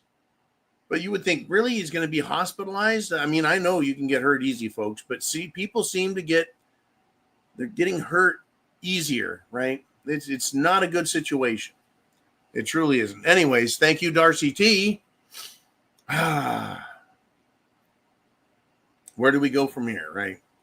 What do you guys want to talk about? We're at the 90-minute mark. We got another half an hour. So if you've got something to say, now's the time to say it. This week is coming. We're going to have some crazy shit. And we've got Courageous Cat, who says Trump as sugar on one hand and poison in the other. Trump is doing a lot of great things, and Trump is doing a lot of things that are making me scratch my head. We didn't vote for that. He is sugar and poison all in the same drink. So it makes it hard to swallow, right? You give me a glass of something good Trump, love it. But you can't take good Trump and pour some shit in there that I don't want, like, well, sucking up to Israel, being their military bitch, giving them lots of money, ignoring the Epstein client list to protect them, calling us names over that. That's pouring a lot of poison in that drink. I ain't going to drink it. You can't give me a little bit of good stuff and pour a bunch of shit in there and expect it to be good. I mean, Trump right now, he says that he's going to clean up Washington, D.C. Homeless, they need to get the hell out of there. But then he says, hey, criminals, you don't have to go because, quote, we're going to put you in jail where you belong, end quote. That someone might think is sugar. It's good. In reality, we've been getting that since 2016. Talking about Hillary Clinton, he says, you ought to be in jail. She never went to jail.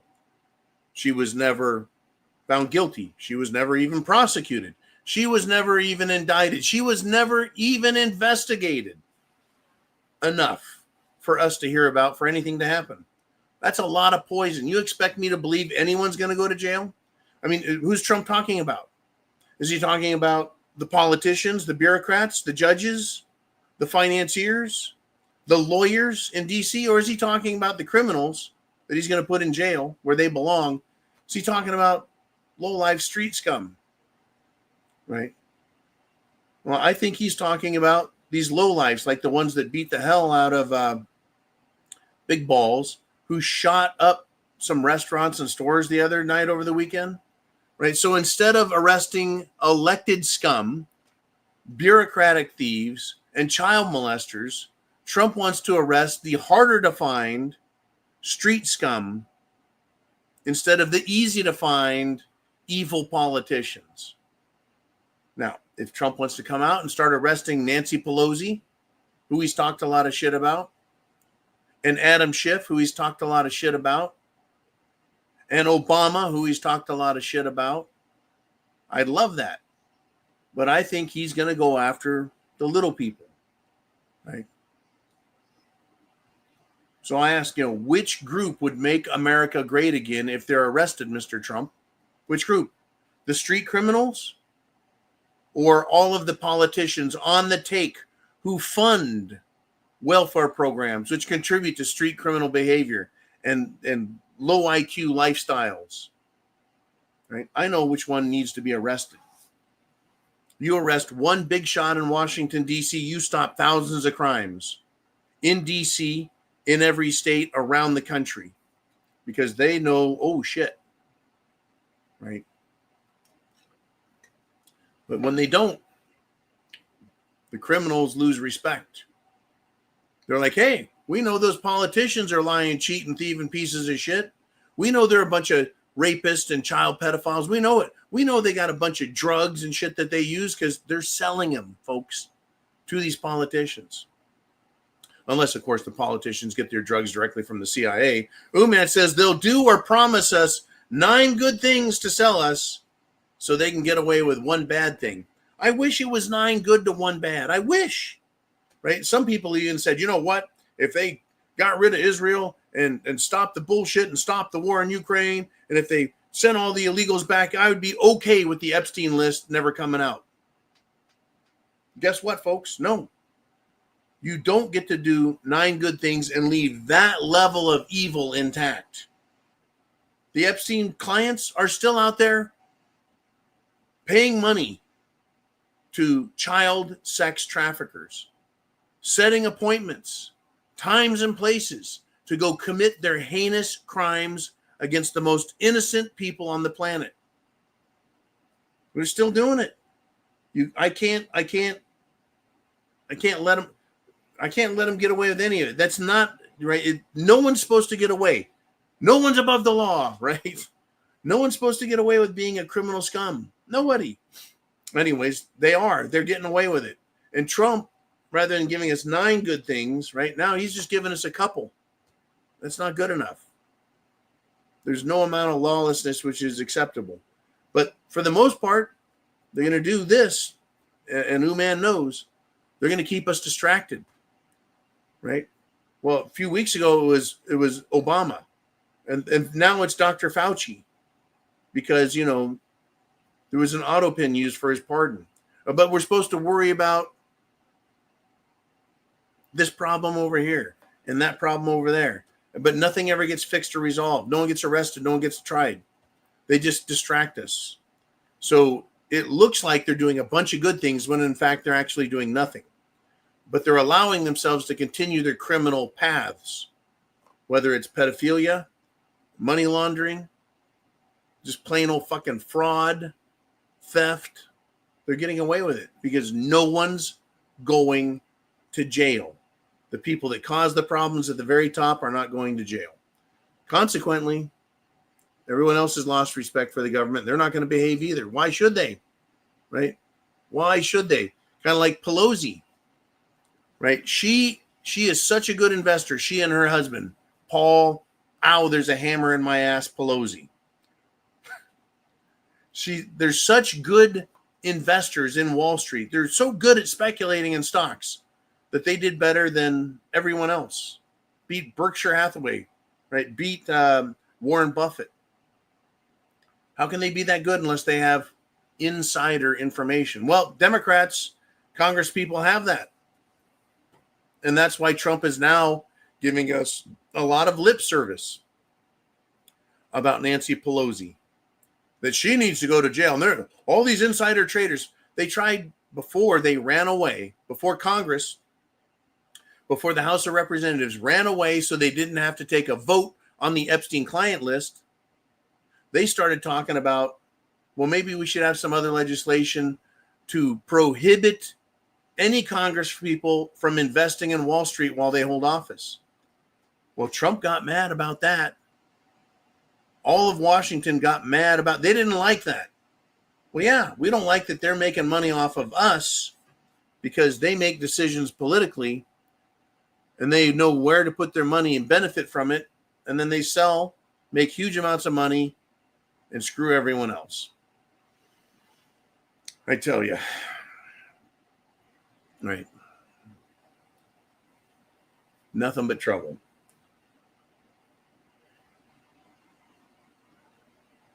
Crazy business. The leftists are continuing to do what they do, folks. The anti-Americans are continuing to do what they do. And the Republicans are continuing to pretend like they're the good guys. But how many of those people over in Israel last week taking pictures with King Bibi, these American politicians, how many of them, folks, were Republicans? That's not in our best interest either. It is quite a mess. It's quite a mess. When the leftists are calling for violence on the street level, they're continuing to call for death and destruction of Republicans. How long till it breaks out in violence? How long? Are you prepared? Do you know what to look for? When you go out every day, are you aware? Are you vigilant? Or do you just meander through the day haphazardly, hoping and praying that people just behave around you? All right. Well, let's do this. Mr. Uman, what do we want to talk about next? We've got Diana Smith says, a few folks I know are homeschooling this year. One of our local schools is alternating days for girls and boys. What's up with that? I have no clue what's up with that. I haven't heard about alternating days for boys and girls. I mean, there have been boys' schools, girls' schools, military schools. I really like homeschool. I would have homeschooled my children, except my ex didn't want that. They needed to learn to socialize. I was like, well, I think education is more important than socializing, especially when socializing means, well, bad people can get in your kids' faces and affect their lives, including bad people, meaning teachers and other perverts inside the school system. Anyways, there's also a problem with the did anyone even bring up the vaccinations, Uman? There is now a new VAXXX that the FDA wants everyone to know about, that they're trying to pass, the Food and Drug Administration to pass it. They want to throw out all the various different Jim Jones juices for any disease. All of them are gone because now they have one big, beautiful, if you like the sound of that, universal VAXXX Jim Jones juice that'll cover everything. Just everyone go get it and you're protected from everything. What kills me is the ones that they have didn't protect anyone from any fucking thing.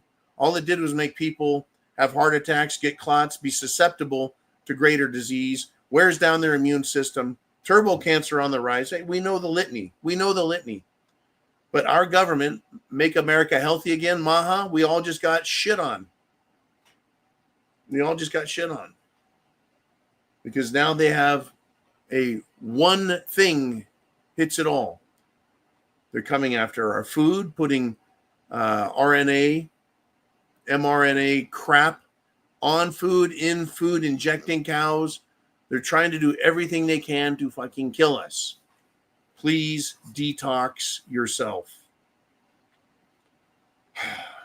Just, it's crazy, folks. We are just shy of 400 people live, and we are an hour and 45 minutes into the show. Absolutely amazing. I want to thank everyone for coming, joining, sharing, supporting, and funding us as well. If you've got something you want to say, this is Sunday Night Live. There's a lot of topics. You could have a niche question, or you could have a question that applies everywhere. It can be about the past. It can be about the future. It can be about present. It's your choice. It's your show. Mr. Uman, let's do another one that you pull from the crowd that you like. And we got fish and golf. He's one of those guys that likes to fish and golf. He says, I live in Illinois. Chicago and Democrat counties must wise up and vote as the other 88 counties in Illinois and vote Republican. End the prickster idiocy. Now, I've got bad news for you. Illinois politics, especially Chicago politics, have been crooked since before 1960.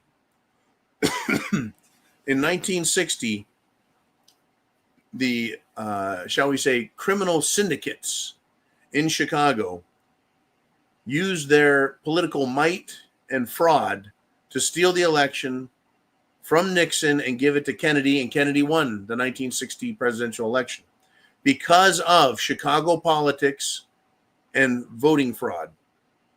So, yeah, I hear you. People need to wise up, but the machine's in place. We witnessed how Trump could lose states that he had because the Democrats know how to cheat and move in more votes. There were so many examples, Fish, so many examples where there's more votes cast than there were registered voters. How can any of those votes count? Unless they checked them all against the records for duplicates, for frauds, for lies. But they wouldn't do that. So it's hard to believe that in the state of California or the state of Illinois or the state of New York that the people can vote Republican enough to overcome and overwhelm not only the Democrat population, but also the system of cheating that's in place. A system that the Democrats are willing to defend at any cost, just like Beto O'Rourke said. They're willing to do anything to get their power back, even cheating and openly cheating and lying, right? It would be great to end the Prickster idiocy and the Gavin Newsom idiocy and the Governor Hochul idiocy and Gretchen Whitmer idiocy and Tim Walz idiocy. You see, we're going Inman idiocy, Brown idiocy. All these other governors, they're scum. They're absolute scum. But guess what? They're confident that they can protect themselves because the other side of the aisle, the Republicans, are more than likely just as evil, but different crimes. They all got their hand in the cookie jar, folks. They do. They're all guilty. Thank you, Fish and Golf. Now, I would love to see everyone arrested, all the evil arrested. Well, J.D. Vance says, quote, "You're going to see a lot of indictments," end quote. That is a Vice President, J.D. Vance, quote. "You're going to see a lot of indictments." Really? Because we haven't seen one. What he's talking about is Democrat attempts to manipulate the 2016 election. Well, it's 2025, and they're talking about 2016, 9 years ago. We're going to see a lot of indictments over that. What about indictments for the 2020 election? Well, in 2016, Trump won. Yes, he was hamstrung. He was stonewalled. They shit all over him from 2016 to 2020. But what about the 2020 election? It was worse. It was absolutely worse. Trump lost. And a man who did not campaign, Joe Biden, who hid in his literal basement in Delaware, got more votes than any candidate has ever gotten ever in America. And J.D. Vance says you're going to see a lot of indictments, and we haven't seen any yet, right? Referrals and indictments can come maybe, but prosecutors can refuse to take them to trial. Prosecutors can just lose or throw the case through incompetence because they want their buddies to be free. So wait, Mr. Vice President.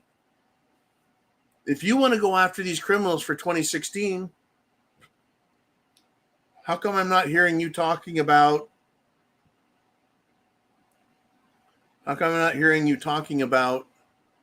the Epstein criminals, the Epstein clients? How come I don't hear you, J.D. Vance, talking about the January 6th government conspiracy criminals that was headed by none other than Nancy Pelosi and the rest of her Democrat ilk, who manufactured using cooperative agreements with the police, Washington, D.C. Metropolitan Police, the FBI, heavily involved, using not only their own agents, but surrogates like Ray Epps, and trying to get Chris Brown who didn't, refused, who ended up in jail for it. Also, Antifa and other agents provocateur were brought up. Why isn't Vice President J.D. Vance talking about the J6 government conspiracy? What about the invasion across our southern border? How come we're not getting indictments with Mayorkas and Kamala Harris and Joe Biden for literally violating their oaths by allowing our country to be invaded? What about all of the H-1B visas being used as Americans are getting fired and cheap foreign workers are being brought into this country with fake diplomas, fake credentials, and fake skills? You see, I want good things to happen. I know things take time, but here we are, January 20th, Trump made it into office. It is August 10th, and not a single high-level arrest of anyone for any of the topics that I brought up here that you guys have. Not one. Not one. They haven't even arrested Schiff for mortgage fraud or Letitia James for mortgage fraud. In fact, Bill Barr, you might remember big, bad, fat-ass Bill Barr, who ended the Trump administration round one as the Attorney General. Apparently, he was helping and assisting Letitia James, a Democrat. He was helping her attack Trump, prosecute Trump, try to frame Trump. That's who we're up against, folks. Not only are they trying to kill us, they're trying to kill each other. They really are. They're trying to kill each other. It's unbelievable. Right? They're trying to get us all to fight each other. But we talked a little bit about Democrat Representative Eyelash Ho Jasmine Crockett. She's trying to get us to go to war with each other by saying Republicans are like the KKK. This is race baiting. This is the Jim Crow lynching bullshit, fear-mongering crap. We know how many blacks commit crimes against whites statistically, and we know how many whites are committing crimes against blacks, Asians, and other whites. And we're also seeing an epidemic of people who are not white being arrested, but they're being processed as white, whether they're black, Far East Pakistani, Near East Muslim, or African. They're calling them whites in order to skew the statistics and make whites look more violent, when in fact they're not. But like I said, Jasmine dumbass bitch Ho Crockett says, wow, Republicans, they're like the KKK. And she said, get this, they're starting to, quote, lift the hoods, right? As if we're going to lift, the KKK is going to lift their heads up, their hoods up. By the way, when you lift the hood on a KKK member, you'll discover that they're Democrats, that they, the Democrats, started the KKK, were in the KKK, continued with the KKK, the Ku Klux Klan. They are Democrats. They were, they always will be, and they always have been Democrats. But it's still a great political stunt, is it not? Well, you bet. Jasmine Crockett, she gets to call Republicans the KKK while she is part of the party that has the KKK. Unbelievable. And this story here, I didn't want the show to end. You guys, if you got something to say, the show's going to end here, so you better get a super chat to get on here. Otherwise, I'm ending this, but not until after we talk about this. Jizzy Maxwell. Now she has her own protection detail. There is a counterterrorism and special operations force deployed to protect her as she is in Texas prison. Does that make a lick of sense? She is a prisoner in a prison, behind bars with prison guards, behind fences with razor wire. What is a counterterrorism and special operations force going to do to protect her? Prisons don't open up and let people in. Why are they reporting this? Right? I'm willing to bet that a counterterrorism and special operations force is being sent in to kill her, Jizzy Maxwell. Well, let's ask this question. If her life is in danger while she's in prison in Texas, Who has the most to gain by her dying? Who wants her dead, in other words? I can tell you who wants her dead.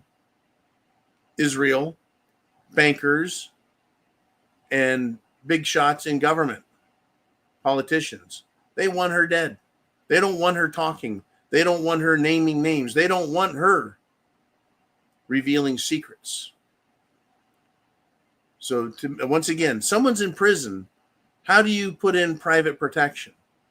Right? They tried doing that with shit-stain Epstein, right? I don't think he's dead, folks. I don't think he killed himself because he ain't dead. Just my opinion, just my thought. But a lot of people wanted him dead, and somehow, Jeffrey Epstein managed to have his cellmate taken out, have the cameras turned off, have the guards fall asleep and not check on him, and he managed in a suicide preventative environment, managed to hang himself. I don't buy any of it. You know, I do have a family member that has some inside information there. Well, the cameras got turned off, right? The prison guards, they did what they did. And I think they replaced Jeffrey Epstein with a dead body because the marks on his neck don't match a hanging. They match a strangulation. And it doesn't look like a wide sheet was used to cut off his air supply. It looked like a very thin wire was used to crush his throat and asphyxiate him. But hey, that's life in the fast lane. Who thinks that Jizzy is going to make it another week? I don't know, folks. I don't know. It's the end of the show. It is Sunday Night Live. It is the zoo. It was a good weekend. I've caught up. I've relaxed. I got some rest. I'm ready to go this week, and it is going to be one hell of a week. What is Trump going to do in D.C. with the National Guard? Who's getting arrested? Is anyone getting arrested? Is Pam Bondi going to actually do something? Is Kash Patel going to actually do something? I would love to say yes and be surprised. Unfortunately, I think I'm not going to be surprised. I'll just be disappointed again. In either event, in any case, I'm prepared with food, water, shelter, clothing, medicine, means of self-defense, my plan and understanding of my world, while I meet with you guys every day to talk about what the hell's going on out there and what happens when they pull back the curtain and show us who they really are and they turn the beast loose on us. Folks, chance favors the prepared mind. Is yours. Uh-oh. We got Big Dan checking in last second. You literally seconds away. Big Dan with a $10 super chat. He says, my sister and her husband have a very loyal Belgian Malinois dog. Feel sorry for some thug attacking them. I tell you, dogs are an excellent source of protection. They really are. I recommend getting a dog that understands criminal behavior and obeys orders and protection. The German Shepherd, Rottweilers, Dobermans, any dog that can be trained and understands orders. You know, it's hard. That's expensive. Good dogs are expensive. Right? A lot of dogs just naturally know who the bad guys are. They can smell evil and they can tell when someone's fearful or got the wrong intentions. Any way you look at it, though, if you got a good dog, you've got one hell of a prepping item. Not to mention an alarm system of someone sneaking around the property, trying to get in your house, and burglars and shitheads and terrorists and scumbags. Oh, and Muslims too. Muslims don't like dogs or pigs. So protect yourself with a good deterrent. I also recommend wearing shirts that look like they have pieces of bacon on them. I think I could call it bacon art. Keep people away from you. Anyways, thank you again, Big Dan the Man. And holy crap, Davey D checking in. It's been a little while. Davey D has been here for years. But $35.70. That is a 357 donation right there. He says, my definition of fluid, a 9 millimeter single stack and SBR CCW in city, 357 revolver and lever action off grid.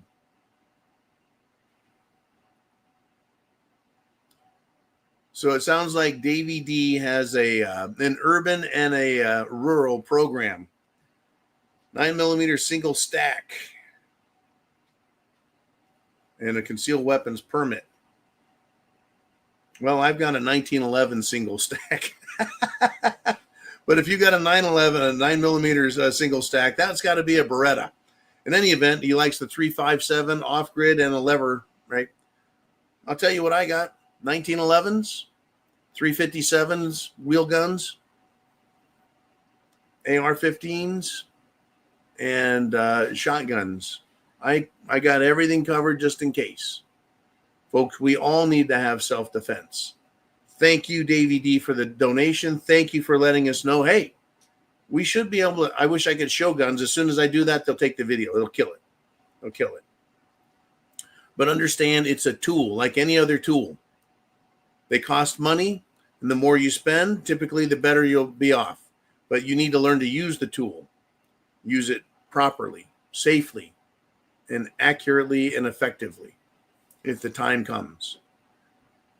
You'll have a harder time pulling the trigger when you need to if you don't learn to pull the trigger at a range and get good with it. Right? You should never be afraid of your gun or fearful of it. You should be familiar with it and prepared with it, comfortable with it. There'll be time to throw up after you use deadly self-defense. But while it's happening, you need to be in control.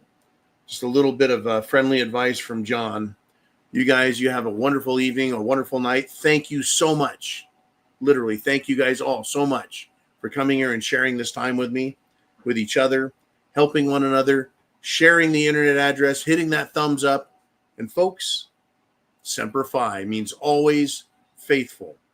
Godspeed. God bless America. I'll be back tomorrow, 0 dark 30, and we'll see what the hell is going on.